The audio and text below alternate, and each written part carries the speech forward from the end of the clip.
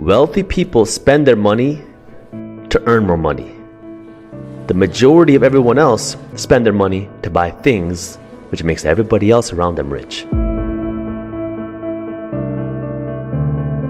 My truth in my experience has been, I have to jump higher. I have to show up earlier. I have to be the first person to turn off the light and the last person to turn off the light. I have to make sure that every number is correct and every T is crossed and every die is dotted. The way that I show up is by being consistent, so consistent that people cannot doubt your capacity to succeed. You have to work harder than the average person. And if you accept those terms, you cannot complain about those terms. I have only known success on the back of consistency. Do I think you could be a success without being consistent? Perhaps, if you have other resources and tools that I was never given. But coming from where I am, my perspective has only been consistency, and the discipline has been everything that I have ever gotten on the back of doing it again and again and again. It is what I teach, it is what I preach, it is what I believe.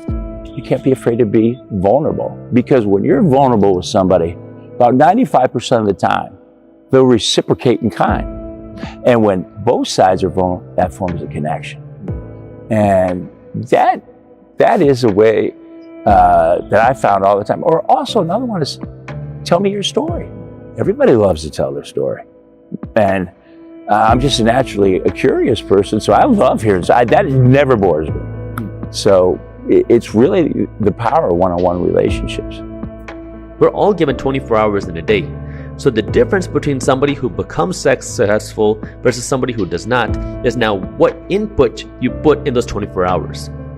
If you're spending your time on Netflix, if you're spending your time playing video games, if you're spending all of your time doing things that don't add any value financially to your life, well, if you compare that to somebody who's now working, who's now learning, who's investing in the education, you're going to see two completely different outputs.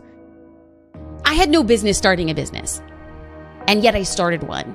And I have found ways to create and make and sustain multiple 7-figure revenue streams. And while that may or may not be the case for everybody else, I strongly believe that every single business owner, once armed with what they know how to do, and once armed with the marketing, and once armed with the discipline, and once armed with the consistency, that they too can build a 6-figure revenue stream. I believe that with every fiber in my bones. Can you deliver on the promise that you are making? Can you sustain those customer relationships? Because if then, I believe hands down, you can create a 6-figure revenue stream.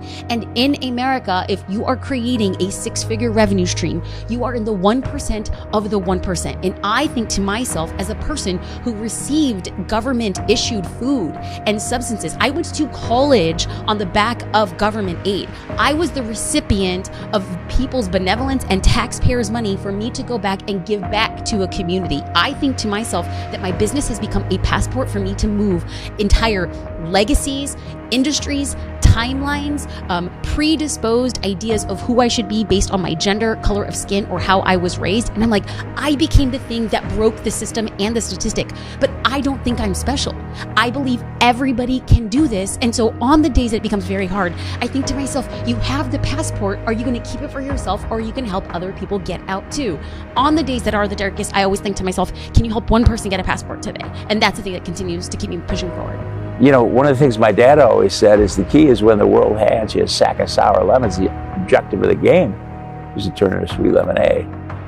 I'm going to give the advice that I heard my 3rd year of business. I was sitting with a group of other photographers who were farther in their career, and I had always found a way, even though I couldn't afford to get educated specifically in photography realm because there was very high ticket experiences, I would find a way to leverage what I thought I was good at in exchange. I'm a firm believer in bartering. Bartering is my favorite thing. And so I realized that while I'm not necessarily a copywriter, I wouldn't classify myself as like a writer. I had a blog at the time. I still have a blog, but at the time I was blogging every single day, and other photographers started noticing the quality of work that I was doing. And so I found a photographer in my area. I was living in Los Angeles at the time, and I said, hey, would I be able to go to your event and write a few blog posts about your event? And in addition to, if you let me come, could I also write your bio, like for your website? Because I gave like a little preview. I was like, his bio was just like, great photographer, love my camera. And I kind of wrote just like the first paragraph of what could be his bio based on things that I had read about him on the internet. And he was just like,